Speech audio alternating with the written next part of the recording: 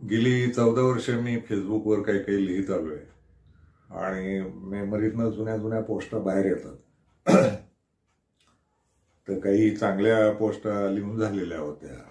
त्यातल्या काही पोरं काही आमची मोनिका शाह म्हणून आहे ती बाई पुन्हा शेअर करत राहते ते मेमरीतनं. मला स्वतःला ती सवय नाही आहे, पण ती शेअर करत राहते. तर त्यातल्या काही पोस्टा मधून मधून वाचून दाखवाव्यात असं आहेत, संकलित करू सगळ्या पोस्टी. तर त्यातली एक पोस्ट सापडली, ती अशी मी वाचून दाखवतो.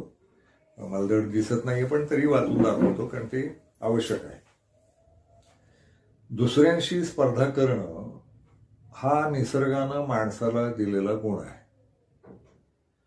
स्पर्धा दुसऱ्यांबद्दल ईर्ष्या, राग, द्वेष, जळाऊपणा माणसाच्या आत तयार करते. स्पर्धेत माणूस जिंकला तर ती त्याच्यात अहंकार तयार करते, पण हरला तर त्याच्यात हरलेपण, कमकुवतपण आणि न्यून भावना तयार करते.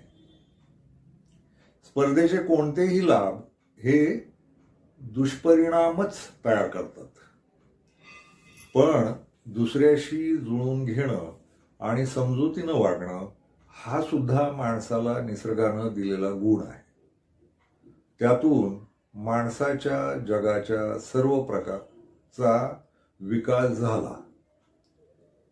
यातून समानतेची एक मूल्य व्यवस्था तयार झाली. मानवी संस्कृती हा शब्द जन्माला आल्यापासून माणूस स्पर्धा की समजूत या संघर्षात अडकला आहे. ज्या दिवशी माणूस स्पर्धेतून पूर्ण सुटेल त्या दिवशी स्पर्धेचे जेही मुद्दे आहेत ते संपतील आणि मानवी जग आनंदी, शांत जगू लागेल.